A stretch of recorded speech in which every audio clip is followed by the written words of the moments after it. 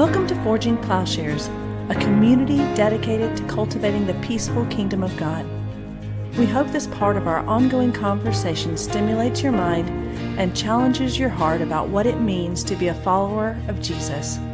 Please stay tuned at the end of the podcast for a short message about our ministry. This is Paul Axton, Director of Forging Plowshares and Plowshares Bible Institute. And in this continuation of the work of Michael Hardin, Michael takes us clear through the theory of mimesis, especially focusing on the scientific aspects and actually the aspects that precede the theological understanding. And so he'll bring us up to a biblical or theological understanding without going into it, but focuses then just on the theory itself.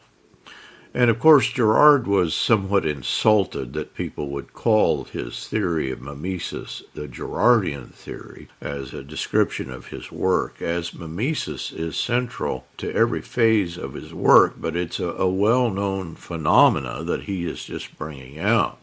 He recognized it's from Plato onward in Western philosophy and thought.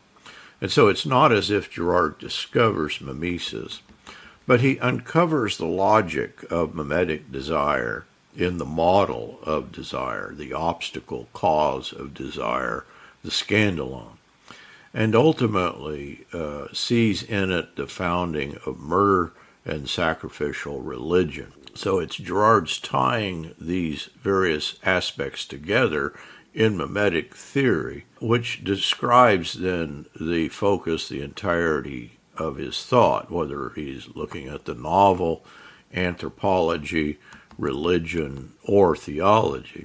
It is just a prolonged description of the workings and logic, really, of human desire focused on mimesis. It is mimetic, or it is an imitation. That is, desire is not our own, but it is what draws us into community. So its mimetic quality gives rise to and explains the range of interpersonal dynamics from envy, pride, rivalry, violence, scapegoating, sacrificial religion, and in turn is a key point in understanding the Judeo-Christian religion in its exposure then of this dynamic. So on a surface level, the arc of the theory, it's easy to summarize, and Michael does a brilliant job of bringing this all together. I'm never sure how convincing this is, that its inner logic depends upon recognizing the nature of the desire, which really has us all in its grip, and which we have a vested interest in misrecognizing.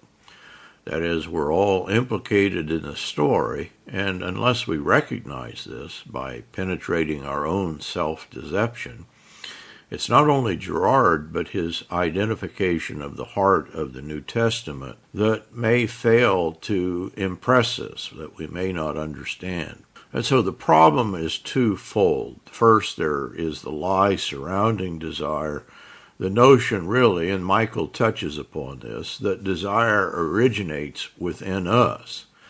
It is my desire, and this is the most private and intimate thing about me. But this feeling that desire is my inmost self, arising spontaneously from what is the very center of my personhood, is being deconstructed. That is, the desiring subject, though kept hidden, is taken to be the true subject, I think, by many of us, by people in general. And so an imitated desire, under this definition, is inauthentic and is maybe unbelievable. Corporately and individually, amidst the worst forms of evil, what Jesus pointed out from the cross, we really don't know what we are doing. Forgive them, for they know not what they do. So we cannot get a handle on the truth. There is a kind of disability in identifying the scandal, the obstacle cause of desire, of sin, giving rise to human desire. The other thing, of course, throughout this, that Michael is taking us through the anatomy of envy, jealousy, inadequacy, shame, and pride, which are really, they're universally recognizable as part of human experience. But I think there's also a profound sense, as with desire, that these are peculiar and private, and maybe we should not talk about such things. So this is kind of personal and shameful, and we're unlikely to admit this truth to ourselves, let alone to other people. And so the tendency is to obscure the underlying feeling of emptiness, of not being enough, of lacking in being, which give rise to desire. So to put it in biblical terms, shame is a kind of unbearable experience which requires it to be hidden in pride, in obtaining ourselves. Maybe this truth is too hard to bear and describe, but it is so recognizably the case, which I think explains the key role that Girard has played, the key role he brings out in the modern novel. I don't know if you've ever tried to write about yourself, but of course our tendency is toward hagiography, toward flattery and deception. And this is why the great novelists that Girard is pointing to, they bring out then a truth about what it means to be human that escapes then this hagiography, that just is the usual form of autobiography or even of biography. And so inflation, a facade, it's much easier to picture ourselves in that way, and perhaps a less painful understanding than the truth. So I think the Girardian truth can be a kind of sordid, dark, painful thing to come to, maybe even a kind of trivial understanding in some ways. Certainly it's painful to write about this, and yet the best novels touch upon this, and I think this explains Girard's discovery of these things in and through the novel. I experienced this in Japan with the I novel, which there is the development of the Shi Shosetsu that brings out this kind of masochistic destructiveness in the confessional novel. And I think this explains why being a novelist or a writer of any kind in Japan is one of the most dangerous of professions, most likely of anyone else to commit suicide. The truth of the human condition can become overwhelming. And I think Girard is bringing this out. This is what is brought out in Cervantes. This is Dostoevsky. This envy, rivalry, lust, murderous intent, and the pride that prevails in the human condition. It reaches uncomfortable levels of intimacy. And so Girard, I think, is bringing together an array of work, and maybe because of his kind of unsituatedness, that is, he's just kind of a French teacher, and then he takes up the novel, and he enters into this understanding that his thought is so revolutionary. And so Michael lays this out very nicely in this lecture. Forging Plowshares is a non-profit ministry, and we greatly appreciate your donations. These are what really allow us to continue our ministry. If you're one that has appreciated the work that we're doing through our podcasts, you appreciate that we're offering these classes, we're thankful for the donations we receive and the help that we get. This is what enables us to keep going. Donations can be made through Outreach International.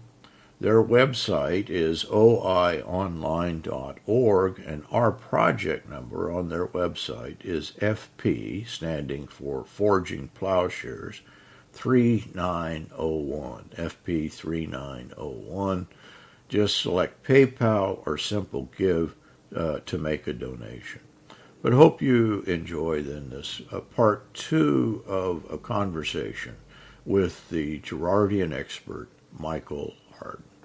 The rather remarkable thing about the mimetic theory is that it has been applied now across so many sciences. It has been tested and retested and tested again, not simply in literary or the human sciences, but also in neurobiology.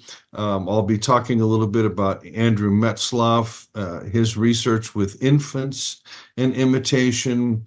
There are those that are using mimetic theory in quantum mechanics, designing experiments.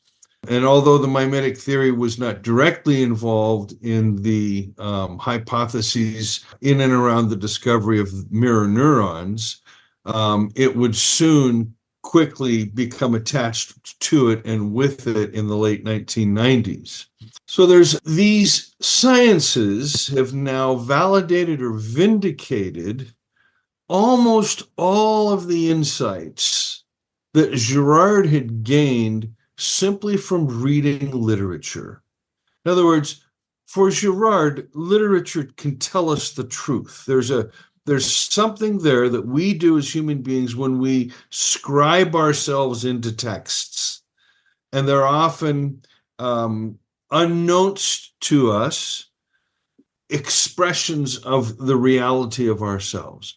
And again, this is one of the things that Girard saw real clearly early on as he was teaching and reading in Proust and Dostoevsky and Stendhal and Cervantes. So the literary part of this is where the great insights occur, and then they've been validated since then over and over again in the sciences, both human and physical. And the mimetic theory continues to be used in all kinds of science. We're going to begin next week shifting almost strictly into theology and talking theology, the mimetic theory in relation to scripture and Christian theology in particular. Tonight, I am going to try as much as possible until I get to the very end of the talk to not discuss scripture and to stay within the bounds of the mimetic theory as an anthropological science. So the first thing to know about the mimetic theory is that it only extends up to and as far as the crucifixion of Jesus. And we're going to be taking note of the role of the crucifixion of Jesus later in the talk. But it only extends up to the death of Jesus. From the resurrection on, you're doing theology.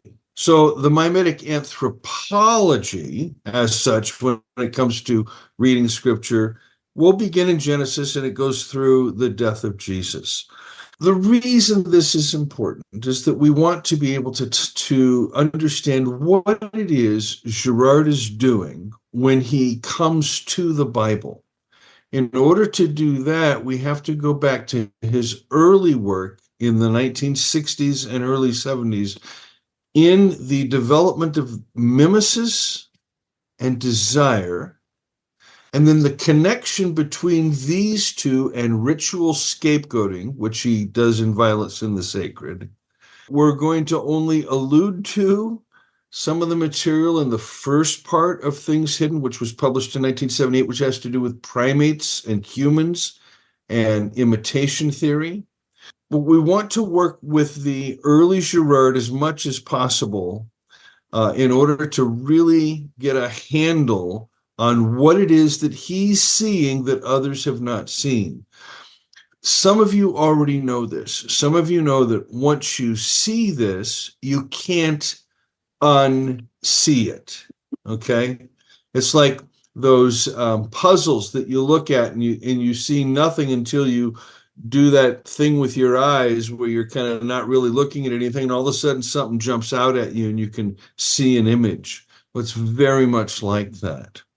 Okay, first, we have to learn in mimetic theory that there's a total redefinition of a number of terms, and Girard himself will even coin a term, interdividual.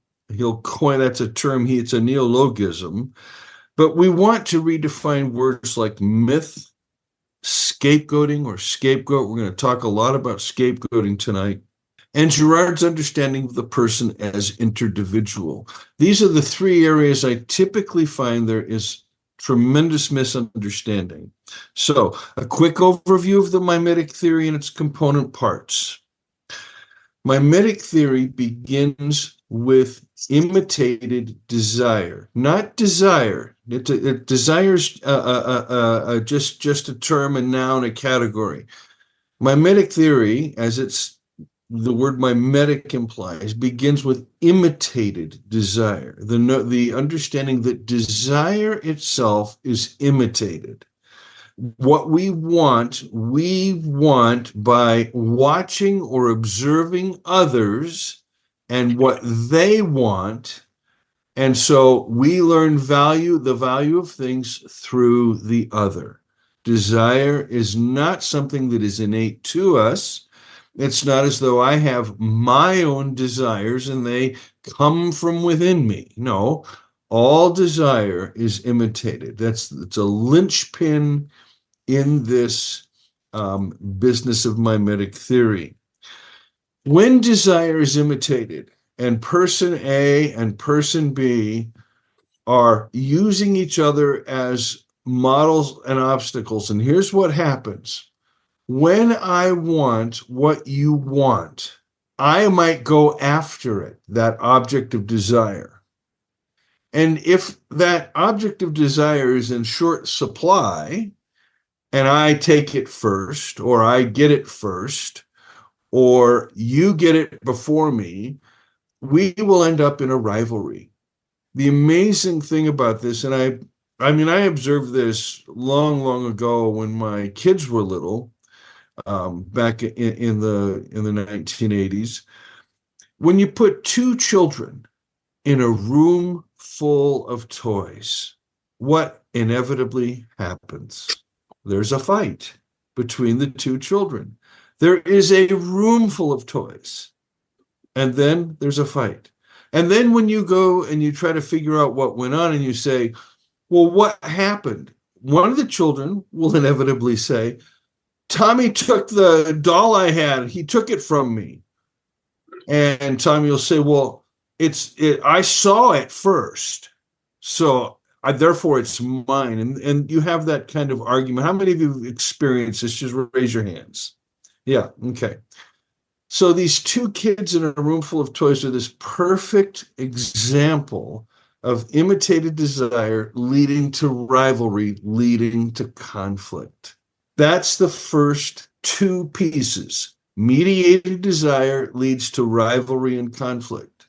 Whenever there's rivalry and conflict in groups, one of the things we see is that the two sides, which may have begun as quite different in their thinking and orientation, become more and more like the other in their rhetoric and then in their fighting. And again, we've all experienced this where a fight will escalate step by step by step. I call you stupid, you call me a jerk. I call you an idiot, you tell me, that I'm just a flaming liberal. I call you a MAGA-wearing conservative, and the next thing you know, we might start trading blows. And as we trade blows from the outside, it becomes impossible to distinguish the two participants in the fight. Or, I mean, it's not that hard to extend this out into our current political scene and the way the rhetoric has ratcheted up and become very imitative, or in terms of the way that the world is currently waging war. So we can see this all over the place.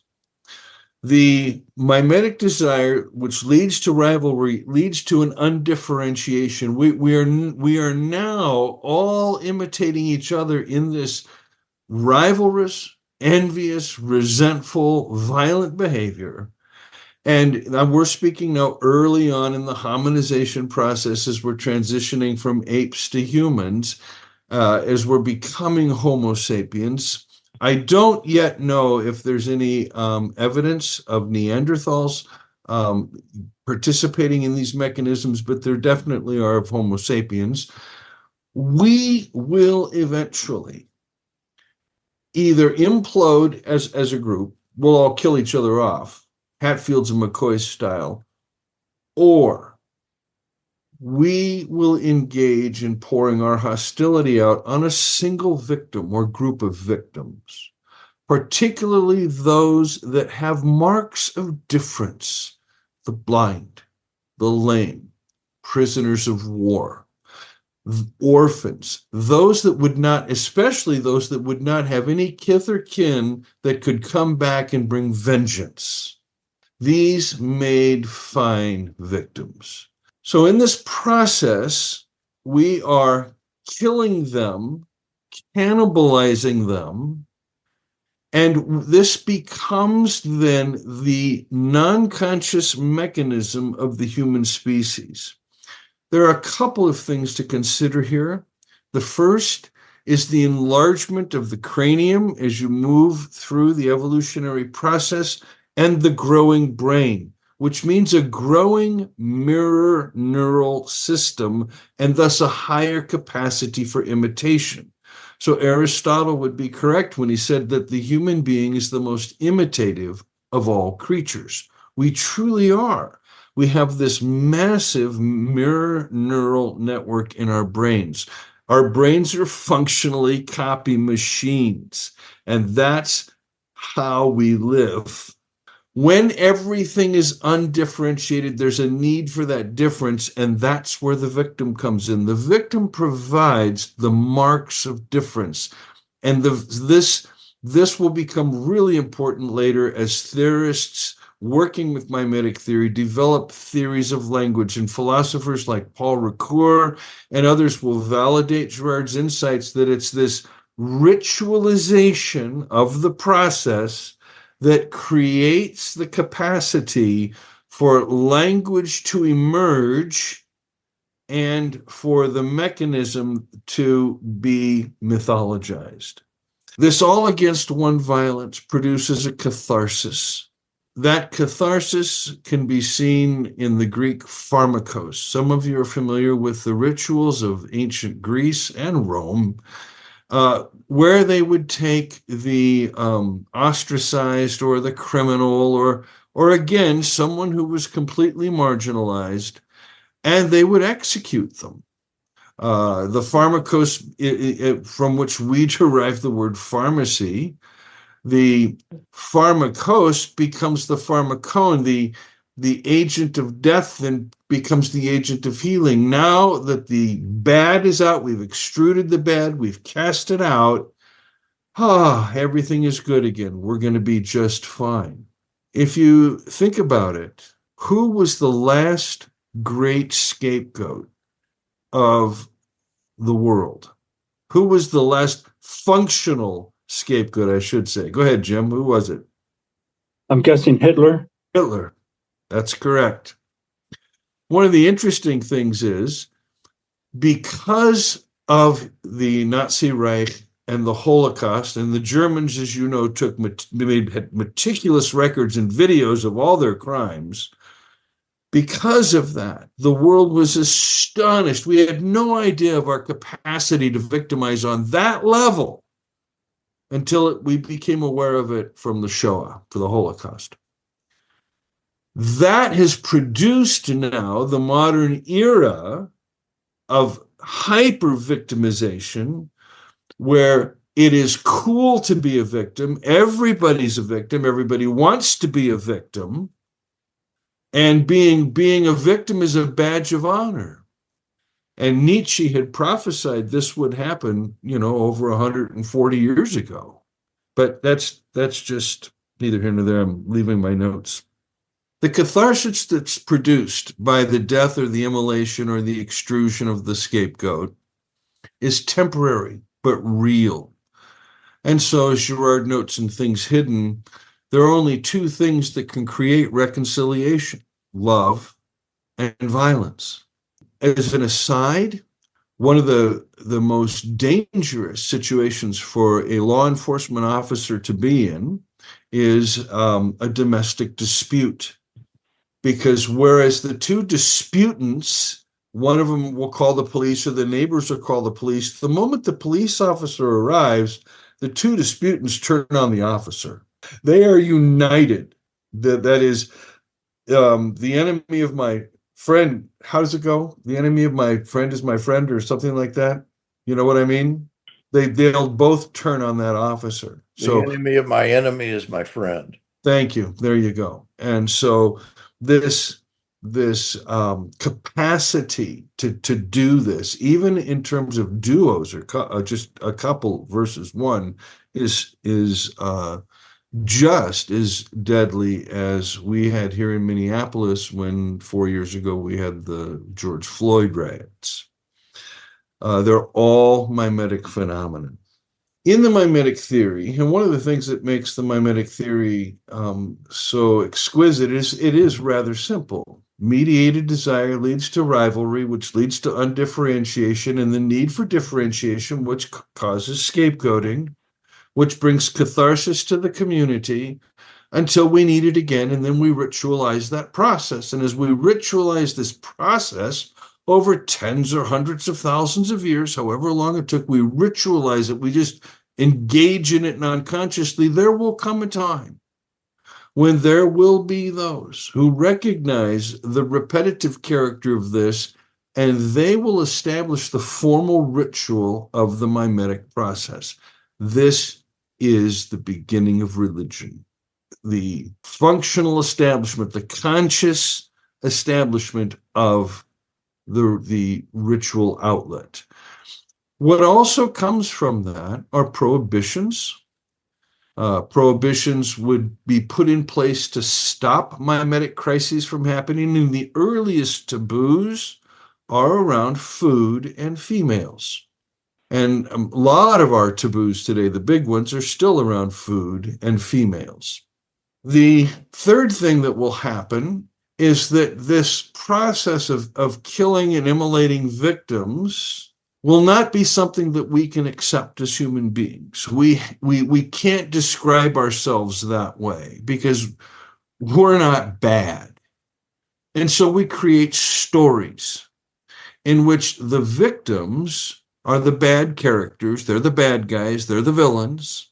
They're the ones that brought the plague. They're the ones that brought the problem. They're the ones that brought the rats. They are to blame, and so we justify ourselves in their deaths.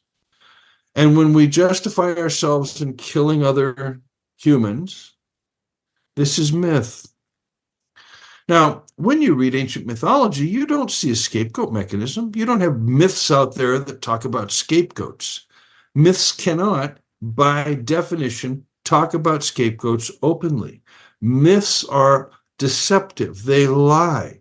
But they cannot always cover up all the traces that are left behind, even from the oral tradition into the written tradition when it comes to myth. And so there are always going to be traces of victimage. And this is one of the things that Girard highlights, is that when you read these ancient myths, their victims are always different. They have marks of difference.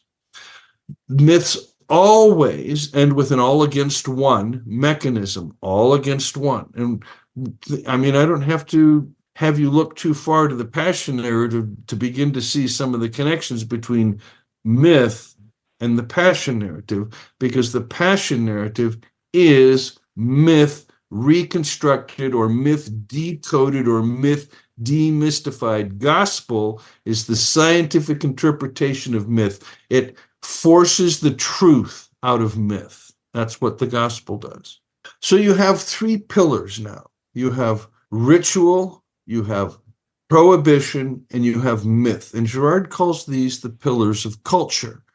And it was his contention that culture then will derive from these three. So institutions and bureaucracies develop out of ritual. Juridical systems from prohibitions, and language and stories and meta-narratives from myth.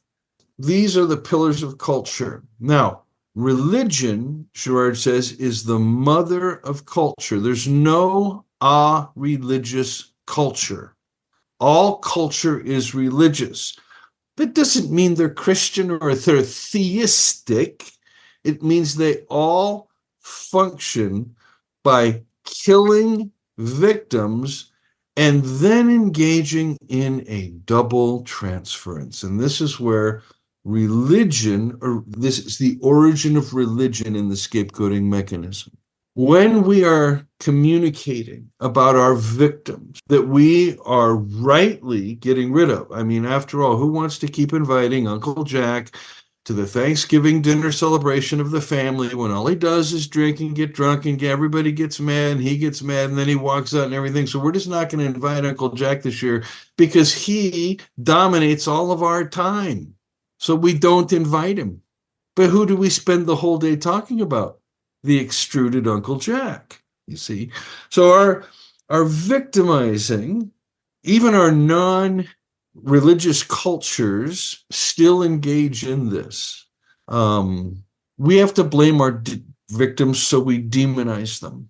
But then, because of the benefits of the catharsis and the effects of that, and the shift from the agent of poison, the pharmakon, becoming the agent of healing, the pharmakos, because of this transition, we go from vilification of our victim to deification.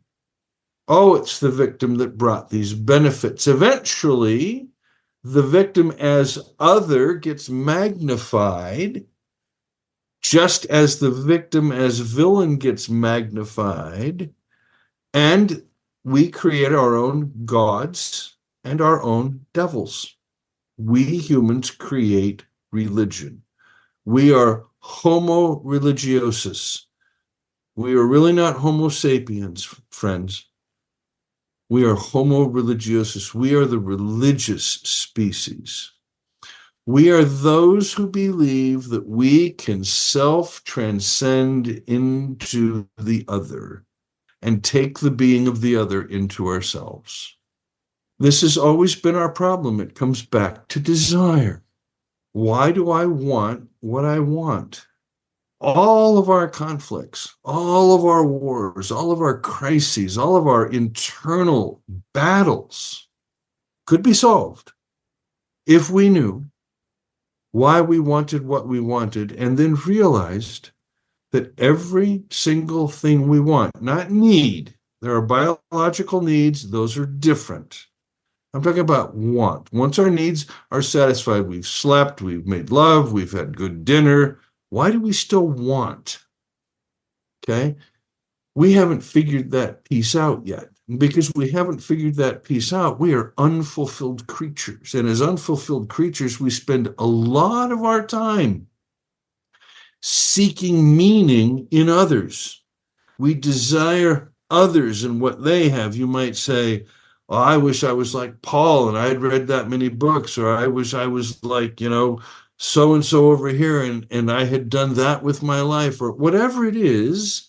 We are always seeking the meaning of our life outside of ourselves. And because we do that, we are never satisfied. We can't be. It's absolutely impossible. You cannot find the satisfaction of your desire in someone else. All you will ever find is that the other person becomes a model obstacle to you. I probably shouldn't tell tales like I'm going to tell, but the Colloquium on Violence in Religion, in its early days, that's the Girard seminar that's part of the AARSBL, was truly collegial and very, very fraternal with, everybody that participated was affirming and nurturing of everybody else that was there. But in the early 2000s, as René got older, and then as we moved toward the 2008-2009 period of time, René stopped attending the meetings. And there was a vacuum that was left. There was that vacuum of who is going to be the person that we all look up to, because we'd all looked up to René. And there began a whole series of, I'm absolutely sure, unintended battles between scholars that were friends and now became rivals. And there were those within the colloquium that were used as scapegoats. The very group that knew better participated in this.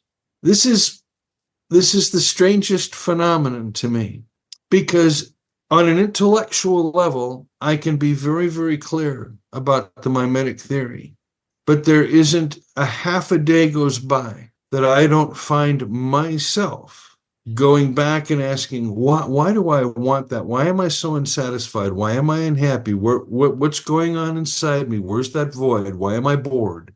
You know? And then I start thinking of other people and what they have. And, oh, I would like to travel like so-and-so, or I wish I was doing this like so-and-so. And I realize at that point that I am on a very, very dangerous, slippery slope into mimesis and mediated desire and mimetic rivalry. Happens all the time. I don't know if this is true of you, but it's certainly true of me. The mimetic theory is not just intellectual, it's actually very, very existential. Religion is the mother of culture was simply hypothetical until the discoveries at Catalhoyuk and Tapico-Beckley.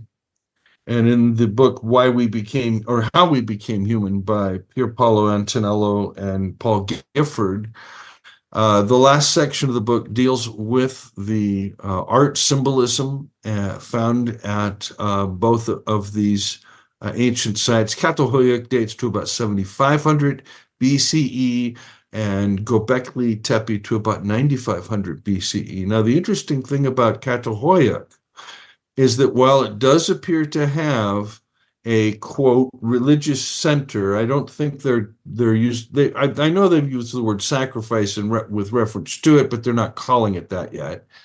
There are domiciles there, so that's the first civilization. But go back 2,000 years there, and Tepe Göbekli and Catalhoyuk are both in what's now Turkey. Tepe Göbekli is in the middle of nowhere. You really have to work to get into there. And that site, there's no domiciles. There's only what appear to be religious structures. So we were building religious structures before we were building housing. Housing comes later, around them. And then once you have housing around small religious centers, it's just a matter of going from there to Samaria, Babylon, and other great early civilizations there in the ancient Near East.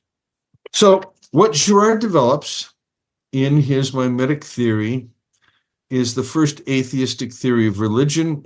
There are two primary approaches to philosophies or theories of religion. There is the essential approach, the essentialist approach, which argues kind of like we have a God-shaped vacuum, or we all believe in a divine being, or one of these things, or we all have that innate need for, some kind of connection to the universe.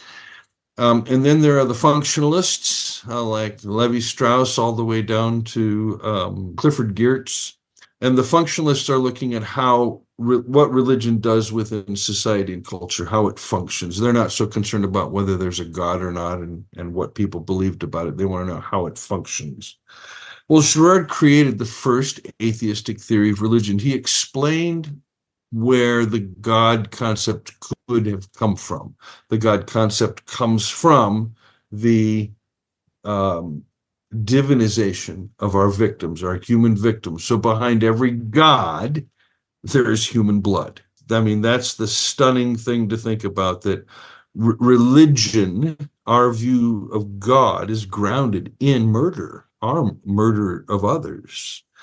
So he creates this first atheistic theory of religion. There are going to be a number of misinterpretations of this, and so I want to begin with the connection between desire and violence, because early on, one of the things Girard had to deal with was the work of Konrad Lorenz, and his argument that aggression is innate in humans and in primates.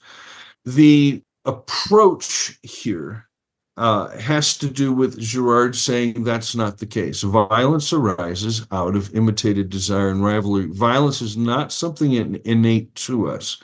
We don't have a need to fight. That's not built into us. And then, by the way, there was some interesting research done at DuPont back in the early 2000s that actually demonstrated that the human brain is hardwired for compassion. We're hardwired for compassion, but the software we've put in is oriented toward negativity and these other things. In addition to having to, and we'll come back to this, to deal with Lorenz's view of aggression as innate, Girard also had to deal with Freud and others that spoke about object-oriented desire. I want the object that you want because the object has value. And I know it has value. It's not a mediated value. It's object-oriented. And Mark Ansbach calls this folk religion. He says, if the mimetic theory's view of the world is well-founded, evidence in support of its tenets should turn up even in works unfamiliar with it. And then he goes on to cite a number of scientific studies that were done where the authors apparently have no knowledge of mimetic theory, and yet they are validating the insights related to it. And so, for example, studies that were done at the University of Texas and I forget the name of the university in London, that they would have students place their hands on these pressure pads. And then the scientist, the lab technician, would put X pounds of pressure on one student's hand. And they were measuring these things. And they said, just put that exact amount of pressure on your fellow student's hands. And he did it. And they said, no, you go back and do that exact amount. And they kept going back and forth, each time adding more pressure. But both of them at the end of the experiment saying that they weren't the ones that were adding the pressure. You with me on this? So you have these escalations going on that are now validating Girard's insights about how this model-mediated desire that creates rivalry has to escalate. It's an inevitable process because I want you to want what I want, thereby validating that what I want is valuable. But I don't want you to want it so much that you go after it or take it or try to compete with me. So I go out and I get a new car, and you're my next door neighbor. And, well, you got to keep up with the Joneses. You get a new car. Well, I have to one-up you. So I go out and go into debt, and I get a boat. You're going to one-up me, so you're going to go out and you're going to get a double-motored boat. And then I'm going to go further into debt and get that vacation home. And pretty soon we've got this rivalry, and all we do is we end up broke. But it's this keeping up with the Joneses thing that is the reality. That's the reality. It's not that I have a need to beat you because you're my neighbor. No, it's because I'm wanting the things that I perceive make you happy would make me happy, but I don't want you to be happier than me. Chris Fleming, in his book, notes that desire is constitutionally imitative. He says, imitation is a more powerful drive in humans than any other animal because humans are not dominated by instinct. It is mediated desire that has taken over for instinct in the human being and created and developed civilization. I have other things to say about that in my work that I do in Native American shamanism and the return to instinct, but that's a whole other class, right, Paul? So, if human desire, as Fleming says, is anchored neither in desiring subjects or in desired objects, but in the imitation of the former from which one learns the value of the latter, then it is the case that desire is neither neutral nor good nor bad. The only thing you can say about desire is that it's imitative. That's all you can say about it. It's not good in itself. It's not bad in itself. It's not neutral in itself. It's imitative. And this imitative capacity is already there at birth. Freud and Piaget and others said children learn to imitate, and then they learn by imitation. But Metzloff's research and others has already demonstrated that children, they have the average is 36 hours out of the womb, but they have some at 18 and 42 minutes out of the womb that are imitating on camera the facial expressions of these researchers. And they have plenty of tape out there of babies doing this. We are hardwired to imitate, my friends. We cannot stop it. Now, here I have to say something. If I'm understanding Buddhism correctly, the Buddhist, their goal is to eliminate desire, and in so doing, find peace. I don't know that that's the best goal to have. I think it's a worthy goal in terms of learning to pare the self back to just being a person whose needs are met, content and satisfied. And that's, I think, a worthy goal. But we cannot not desire. We are hardwired to desire. The only question is, what are we desiring from whom? So in 2 or 3 lectures from now, we're going to talk about the importance of the model of desire and Jesus as the ultimate model of our desire, and what that means and how we can follow him to the so-called ultimate object that has endless supply for all of us, and that is we learn to all desire the Father. And the Father meets all of our needs. And we don't have to be in rivalry at all with Jesus or each other. That's for down the road. Rivalry requires a double mediation. It requires that I take you as a model and you take me as a model. And when we're both models of each other, we will end up, one of us will get eliminated. That's the way of the human being.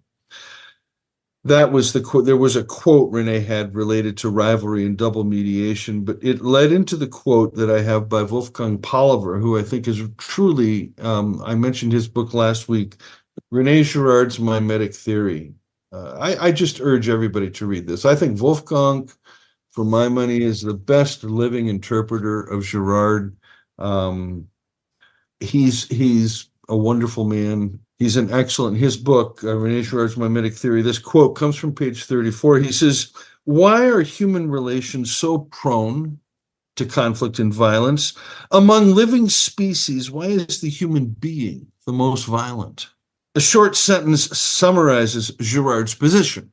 And now he's going to quote René from his book, I See Satan. He says, "The principal source of violence between human beings is mimetic rivalry, the rivalry resulting from one imitation of a model, who becomes a rival, or a rival who becomes a model." And that's it. In a nutshell, that's it. There's the core of the mimetic theory. There's the reason that we are the way we are. This, by the way, if you're an Augustinian, should ring some bells. It approximates an Augustinian anthropology more than any anthropology, I think, in the Eastern Church. It's also far more realist, I think, than any anthropology that we get in the Eastern Church. I think the Eastern Church doesn't give us a really good anthropology until Maximus, and then we actually get a mimetic anthropology in Maximus Confessor. In fact, one of my first essays was on mimetic theory and reading Maximus's 500 chapters on love through that lens. It's really very illuminating to do that. But I want to continue with Wolfgang. He says, "With this sentence, Girard diverges from Rousseau's faith in the human being's natural goodness," which is modern liberalism. We're all basically good, and we just learn to be bad when others are bad, but we're just really good people. Okay. With this sentence, Girard diverges from Rousseau's faith in the human being's natural goodness and from all theories that branch out from Konrad Lorenz's postulation that aggression or an aggressive drive alone is the cause of violence. Now, in the files, in the canvas, I put a book. It's a very hard to find book, and it's a very expensive book. It's called Violent Origins. It comes out of a real small colloquia that was held at Claremont School of Theology back in the early to mid 80s. It featured a number of anthropologists, but it primarily brought together Walter Burkert, who is an ancient scholar on ancient Greece and Rome and ancient civilization in general, with René, because Burkert's thesis is that human violence originates in the hunt. We learn to cooperate as a species, then we go out and we learn to hunt and kill creatures, and then from that, we learn to kill each other. René says that's the other way around. We kill each other, and that's where we learn to cooperate.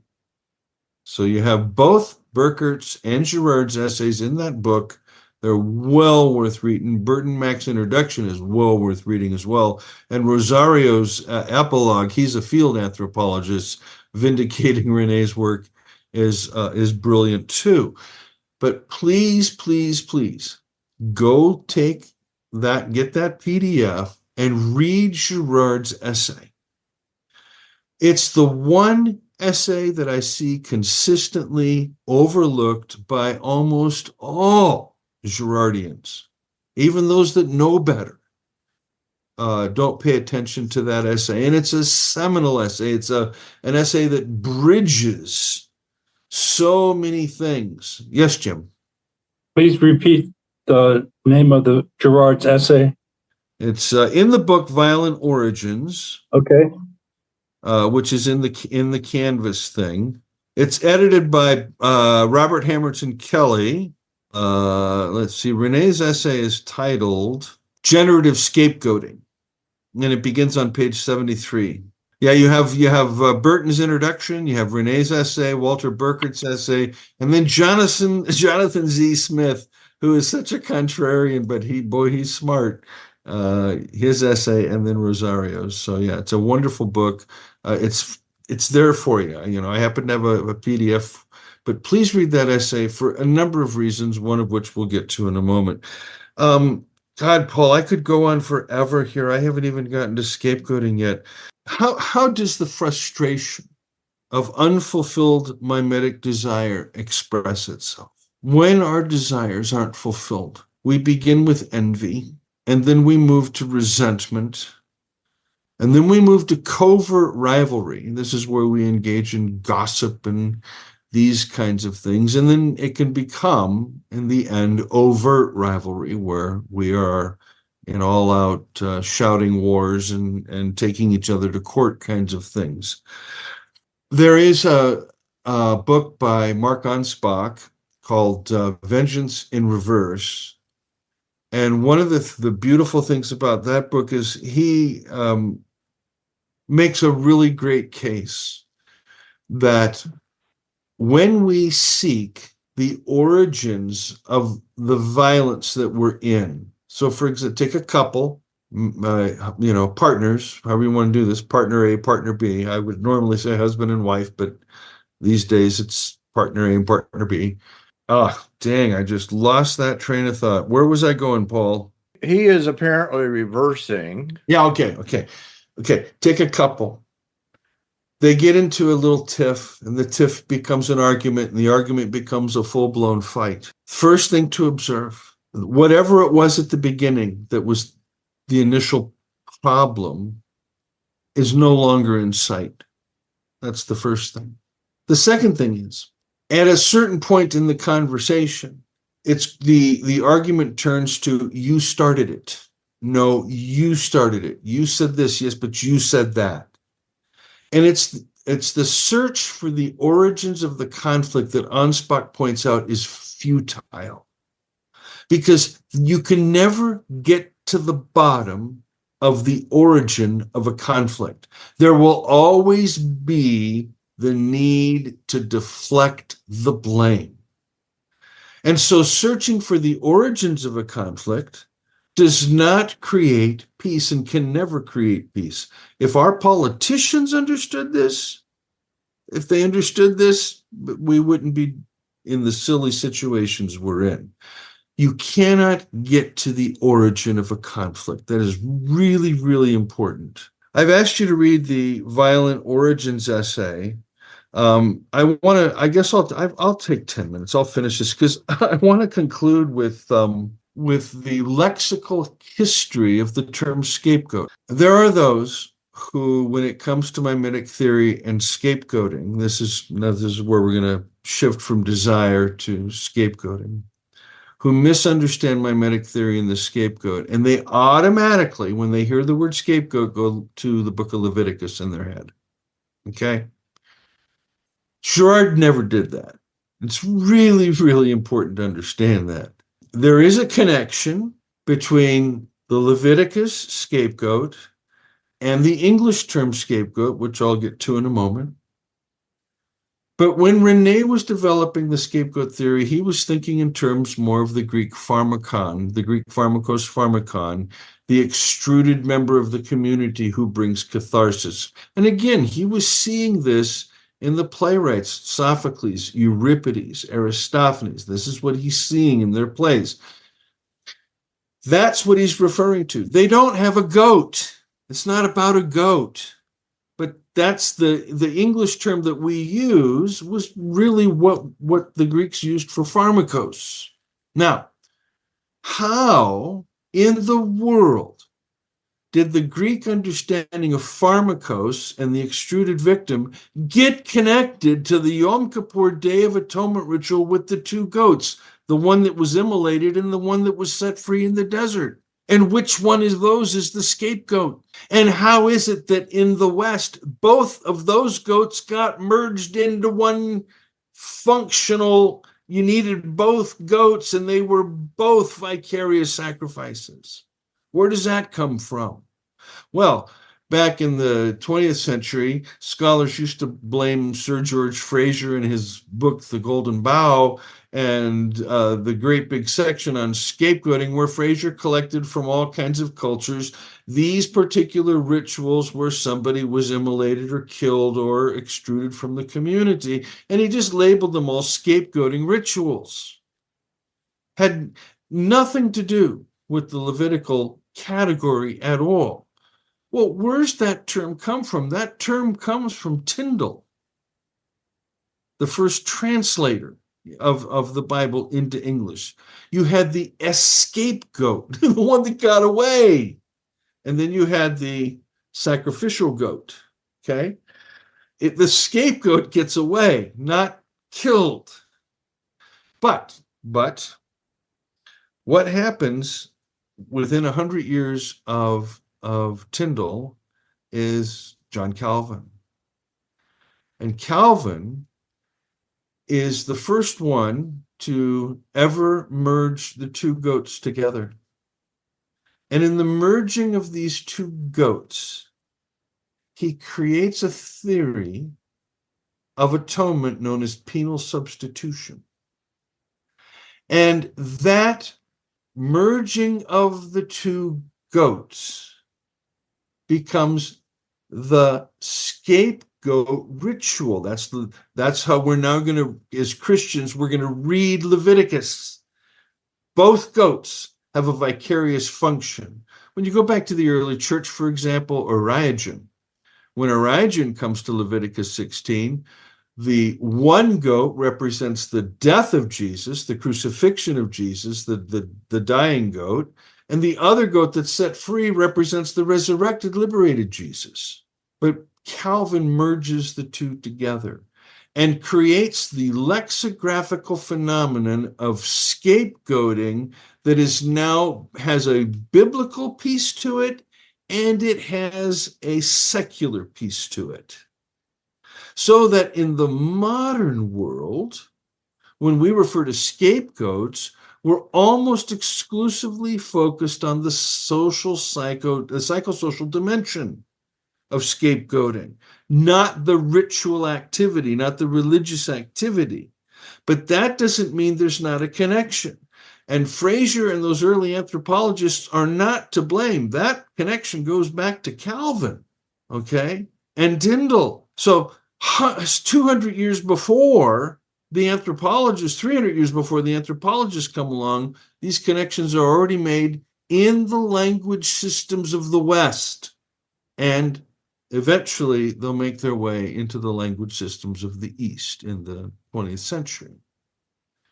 So when Girard talks about the scapegoat, he's not talking about the Yom Kippur ritual, and except as much as you have the category of the extruded goat.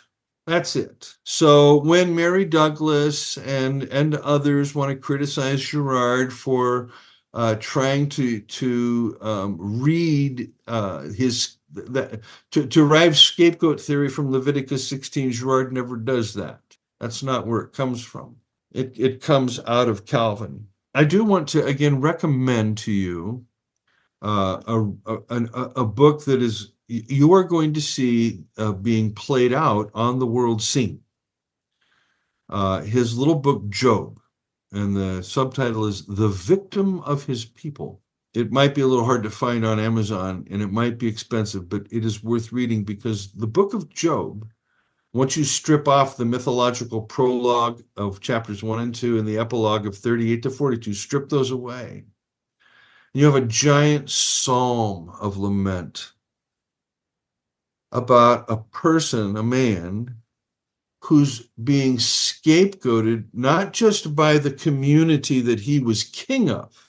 He was top dog in that community. Not only is the community scapegoating him, but those whom the community regularly scapegoated, that is, those who were scapegoated, are scapegoating Job. Job is the scapegoat of the scapegoats. And it's a very profound narrative, read this way. And I find it intriguing that 3 times Job says he's going to file a lawsuit against God. I just always find that humorous. Well, what does this mean for us ultimately? Ultimately, what it means is this. When we come to the mimetic theory, we want to have a nice, clear understanding of it, because what we're going to be seeing in the weeks to come is that the gospel itself is, how do I say this kindly? The gospel is mimetic theory in Christian dress. Girard will acknowledge over and over again his debt to the Bible in bringing together mimetic theory. And we're going to look at passages and texts that you may have seen before, you may have read them before, but we'll look at them again through the eyes of mimetic theory. You may choose to look at one this week, and that would be Genesis 3 and 4. Or you could read actually Genesis 2 through 11, knowing that the first creation narrative in Genesis 1:1 to 2:4 is actually not protology. It's not about the beginning, it's about the end. The first creation story is an eschatology, and it's an eschatology built around a temple theme without blood. So that's the first creation narrative. The second one, interestingly enough, already has a God with prohibitions in place, which should indicate to us that this is a story that's already going to be broken. It's going to have things wrong with it, and it does.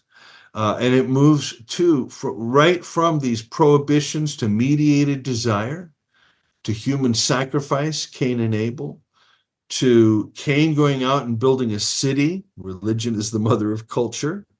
To the exponential increase of violence with Lamech, and skip the genealogy there in chapter 5, and the escalation of violence in chapter 6, so much that 3 times it's mentioned the earth was full of violence.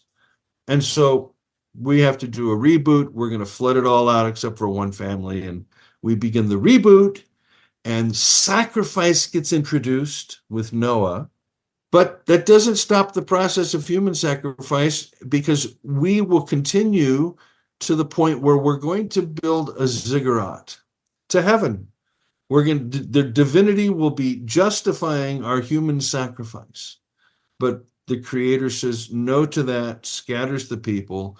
We move on, of course, to Abraham, who will continue that human sacrificial process on the command of a God, and will discover that, in fact, that the true living Creator God is not about sacrifice.